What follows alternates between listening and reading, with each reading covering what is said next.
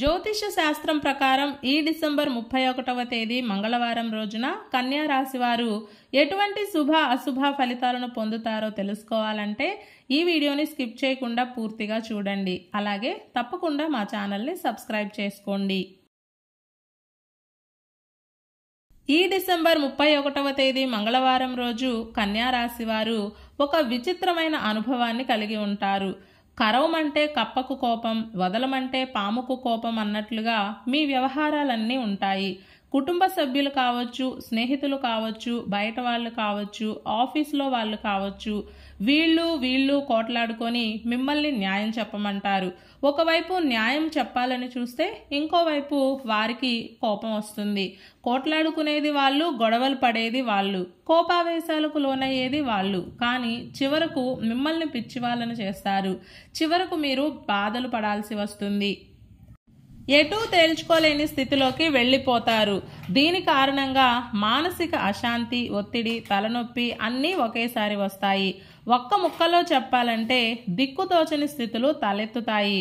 ఈరోజు కన్యా రాశి వారు తీసుకునే ఆహారం విషయంలోనూ, విహారయాత్రలకు సంబంధించిన అంశాల్లోనూ, బంధుమిత్రుల యొక్క వినోద కార్యక్రమాల్లోనూ, అలాగే కంటి నిండా నిద్రపోవడంలోనూ జాగ్రత్తగా ఉండాలి. తలనొప్పి, ఒళ్ళు నొప్పులు, గ్యాస్ కంప్లైంట్స్ లాంటివి అన్నీ పెరగడానికి అవకాశం ఉంది.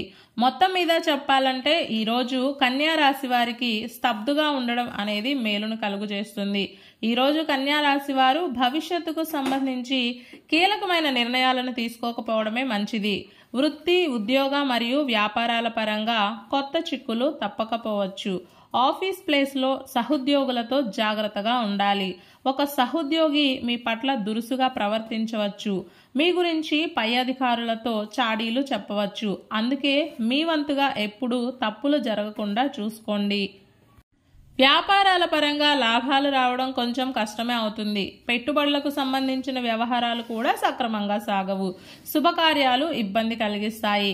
ఆధ్యాత్మిక చింతనలో పాలు పంచుకోవడం మంచిది. ఈ మంగళవారం రోజు ఉదయం ఏదైనా దేవాలయంకి వెళ్ళి దేవతారాధన చేసిన తర్వాత పనులు ప్రారంభం చేస్తే కన్యా రాశి వారికి శుభం కలుగుతుంది.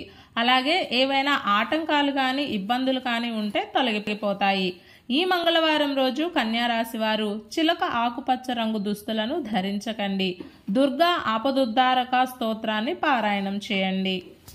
ఈ మంగళవారం రోజున ఉన్నటువంటి తిథి పాడ్యమి, నక్షత్రం పూర్వాషాఢ నక్షత్రం, రాహుకాలం మధ్యాహ్నం 3 గంటల నుండి 4 గంటల 30 నిమిషాల వరకు, యమగండం ఉదయం 9 గంటల నుండి 10 గంటల 30 నిమిషాల వరకు.